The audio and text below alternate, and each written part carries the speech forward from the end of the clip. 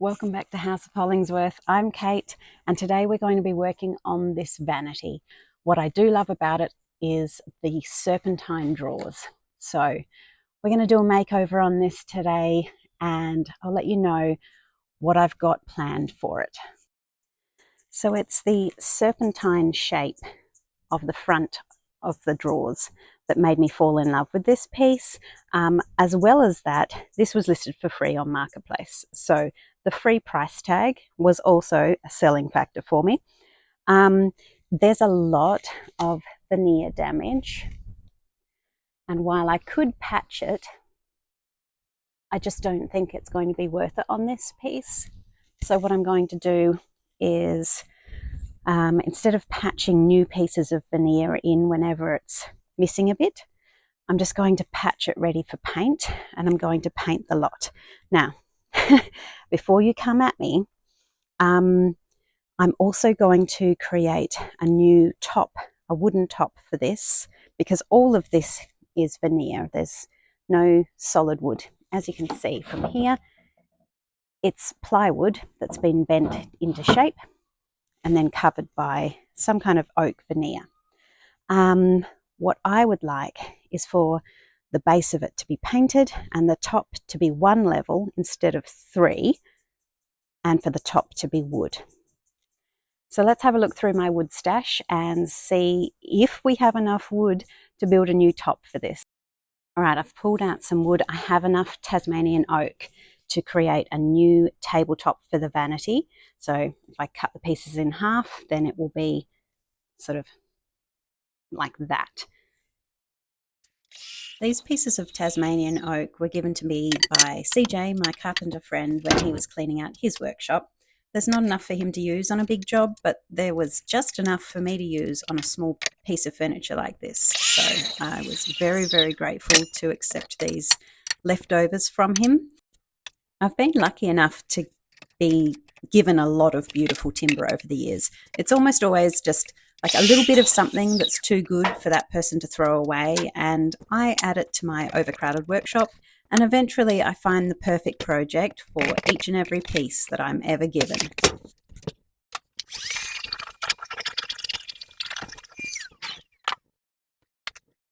Okay, next thing we're going to do is glue up the stack of wood that I've just cut. So I have some bar clamps here. I just realized they won't fit on.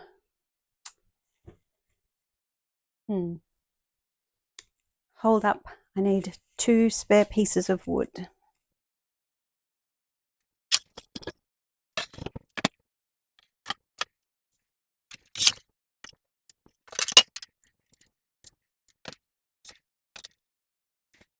Okay, I think that'll do. So, oops.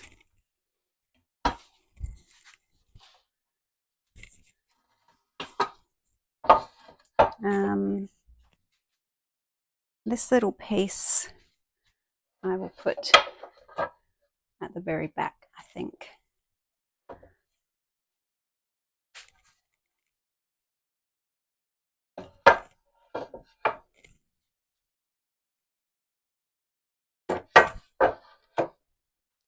Let me just grab my measuring tape and check that I've actually cut enough pieces to have the width that I need.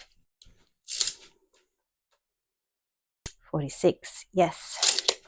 Okay, so the next thing I'm going to do is have a look at which side is the best side, because sometimes one side will be prettier than another.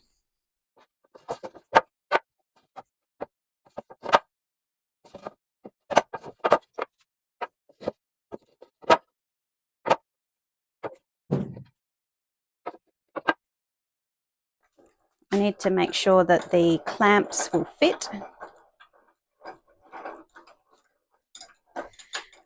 which they will. This one won't reach. So what I do when it won't reach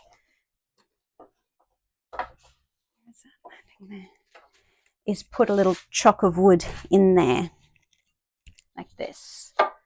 So So I'll wind it out until I can fit another piece of wood in, and that way when I clamp it, I just have to do a couple of turns and that will push it all in.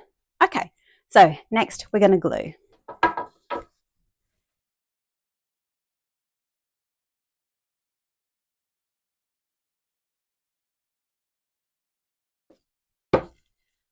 So I just use wood glue and I give it a really good coating. I am not bothered about glue squeezing out the sides. I'd prefer there was too much glue than too little glue. And you want to coat every single millimeter of it. Don't leave any gaps that don't have glue on it. I'm sorry, my phone overheated. Let me show you what I've just done. So I glued in between each of the boards and clamped them together with the big bar clamps. And then I will probably wait till tomorrow before I take the clamps off. And then I will sand the heck out of it to get it smooth, because there'll be a little lip here in between the boards because they're not perfectly flat, but that's fine.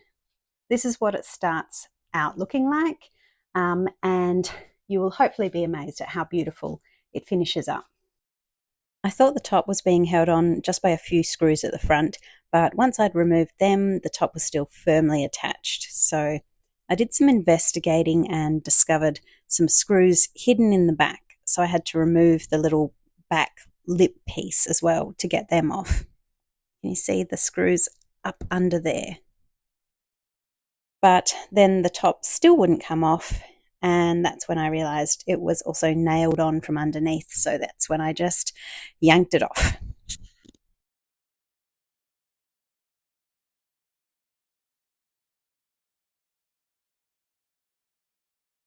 Whew. So that is what we're left with. Now at this point, if you didn't want to do a vanity, you could cut these middle bits off and make it into two separate nightstands. That is always a popular flip for me. I find that that sells really well because often people don't have a wide enough bedroom to have two wide bedside tables. So these are always skinny bedside tables, but they're tall and substantial. Anyway, that's not what we're going to do. We are going to make a top to go across all of this. I'd also like to point out that this oak is like plywood. This is, can't get to it. It's really thin. It's just a thin sheet of oak ply. So it's not a solid oak top. However, the piece I was going to throw away, not that I would have thrown it away, but you know, the piece that's not going to be included in the flip is actually a solid piece of oak. So while I would have hoarded this piece anyway, now it goes in a different pile.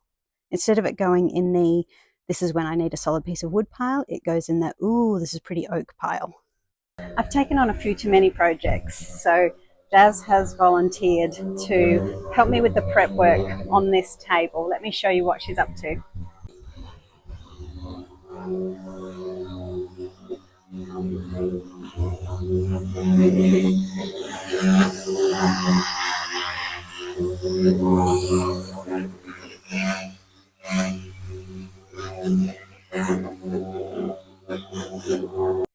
So while Jazz is sanding and filling the base of the dressing table for me, I'm going to be starting work on the top. And as soon as she's done the prep work, I'll also be painting it.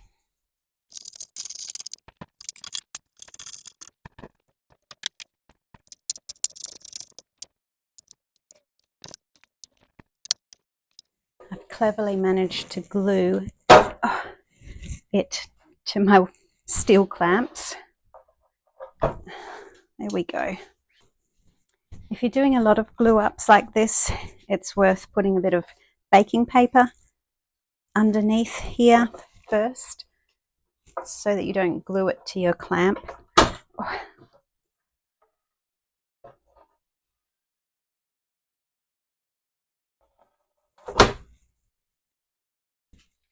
I'll just put the clamps away and then I will show you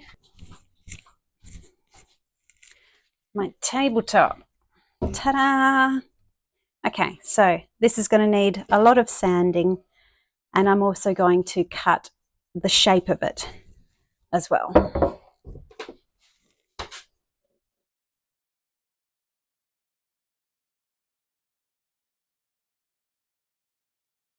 Now I think this is the top and this is the underneath.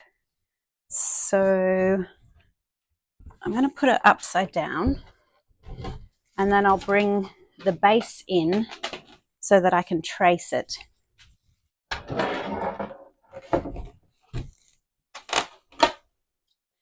Okay, let's go get the base. So we're going to tilt it forwards and flip it upside down.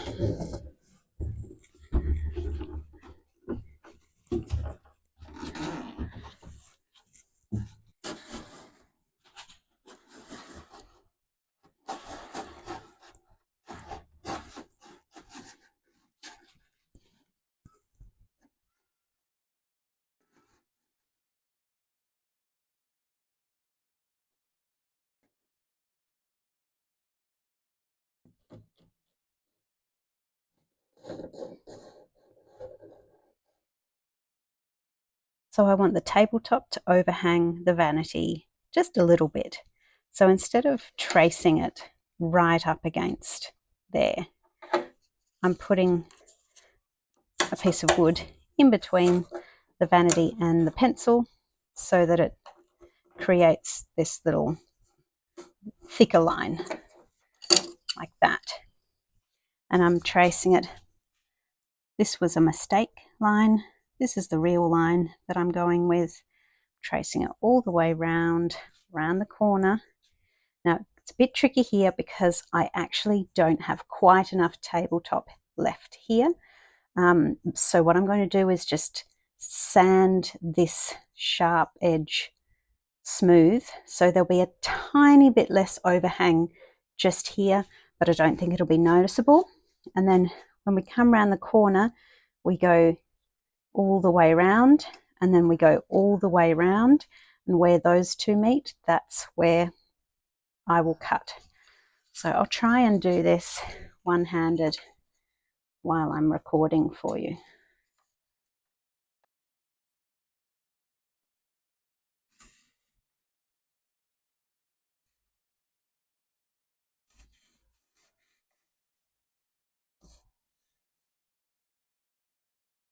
I actually do need two hands to get into that corner there.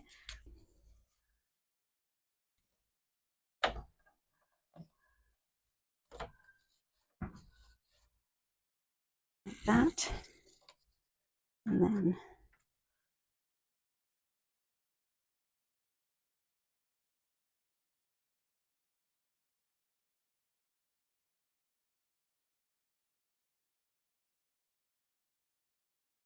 something like that. And yes, they sell special scribing tools for this. It's just one of those things that I've never bothered investing in.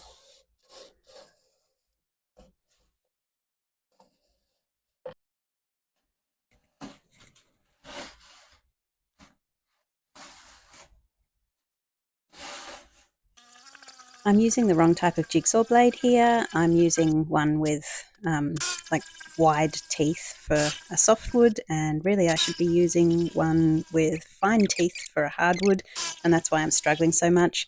So then I decide to switch it out for my curves jigsaw blade so that I can more easily do around the corner and the curvy front.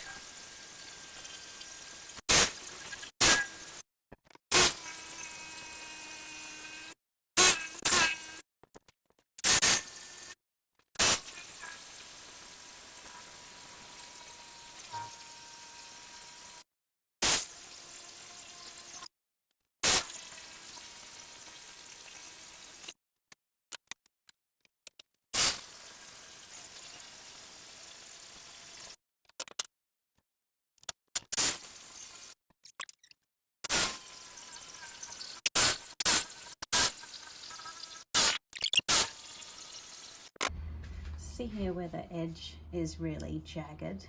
I'm going to sand this all smooth, but I want to knock down some of the really obvious, the hard corners. So I'm just using a metal file to shave them down a little bit.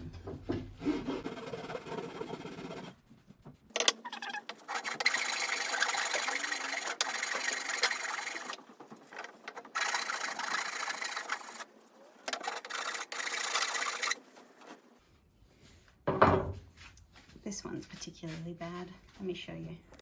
See, this curve here it's not a nice curve, it's quite a straight, jagged, straight. So I just want that to flow a little smoother.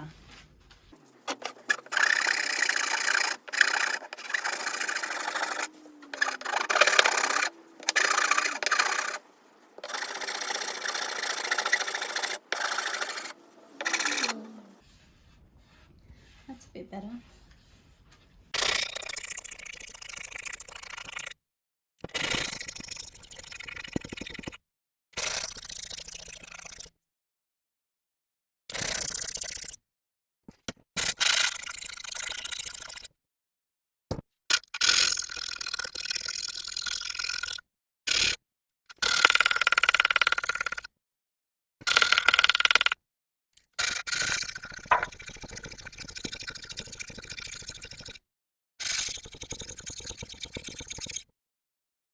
Now that the top is all cut out, I can give it to Jazz, who is going to sand it flat for me.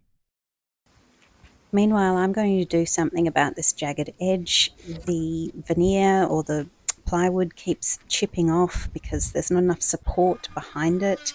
So I end up just using my flush router bit to take off all of the excess overhanging plywood part and keep it in line with where the actual feet are.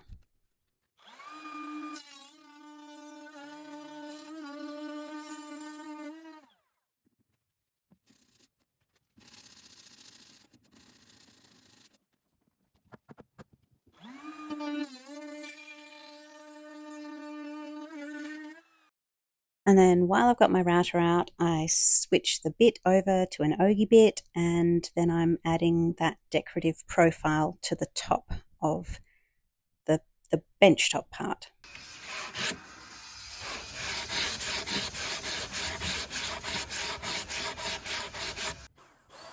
At last, we're up to the painting stage, so here I am priming it with my paint sprayer.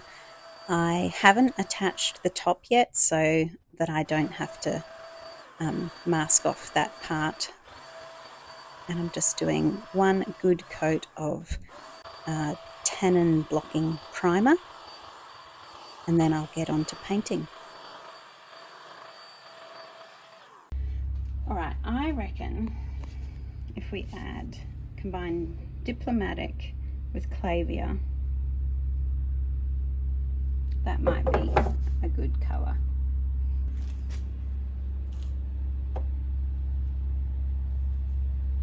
There really wasn't a lot at all.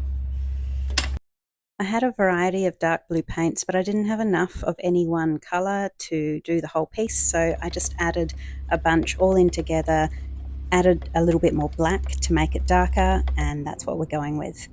I also, once I'd primed, there were a few spots that I needed to touch up with Timbermate wood filler, so I just popped the putty in there and then gave it a quick sand. And here you can see this is the colour that we ended up going with. It's just a mix of a bunch of blues that I already had, and I'm pretty happy with it. I just wanted a dark navy blue that was sort of a rich royal blue with a lot of black in it.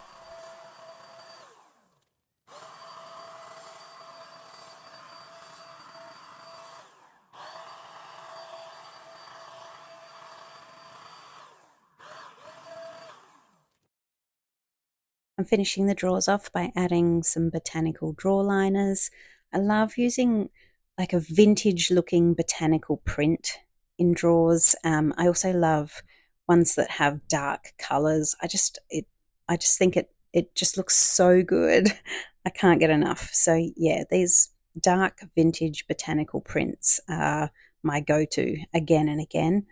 And I like the peel and stick wallpaper as draw liners, and then I just cut the excess off.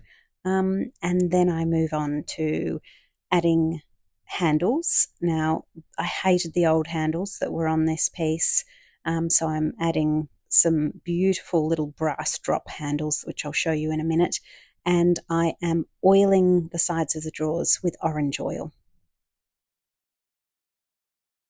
Look at this. Oh my God. Love, love, love it. Staining the top of this piece, I just felt like everything went wrong. So I'm using a water-based stain on this, and it's supposed to be the color walnut. So with water-based stains, you layer it on really thick and you let it sit for a little while, and then you wipe it off. And as I was layering it on, I could see already that this is not the color that I'm looking for. I'm looking for a really dark walnut color, and this just isn't cutting it. So then I thought, well, maybe it just needs a couple of applications. So then I put on a second coat of it, and I actually let this coat sit for maybe like 10 minutes or something, quite a long time. And it didn't darken the color in the slightest, as you'll see. It's still like quite a light orange color, I guess. So yeah, not happy with this particular stain. And then because I wasn't happy with it, I did something really stupid and impatient.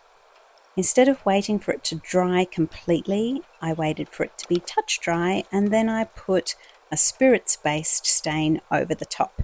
Now, this is a combination. I didn't have enough of this particular stain to do it in the first place, so that's why I didn't use this stain in the first place.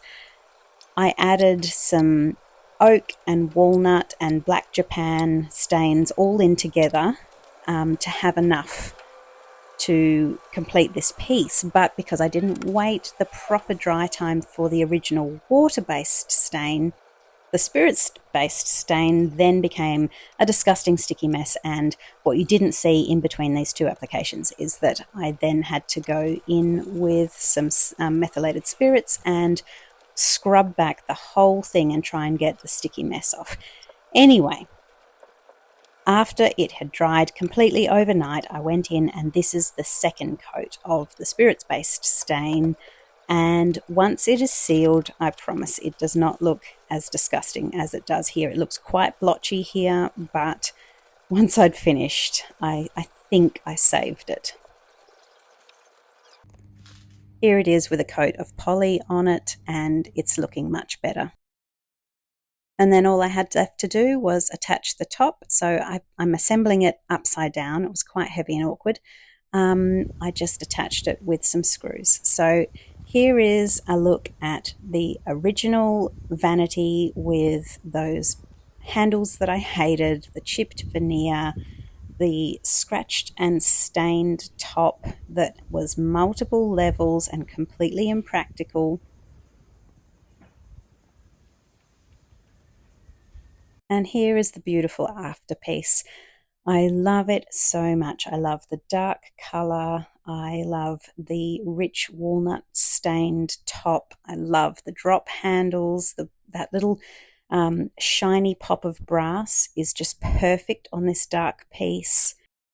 If you remember, I got this piece for free, and I'm using handles that I already had. I had bought them on special for $4 a piece. I'm using leftover paint and leftover draw liners, and I'm using scrap wood for the top. I hope you enjoyed watching my vanity makeover. Thanks for being here, and I'll see you next time.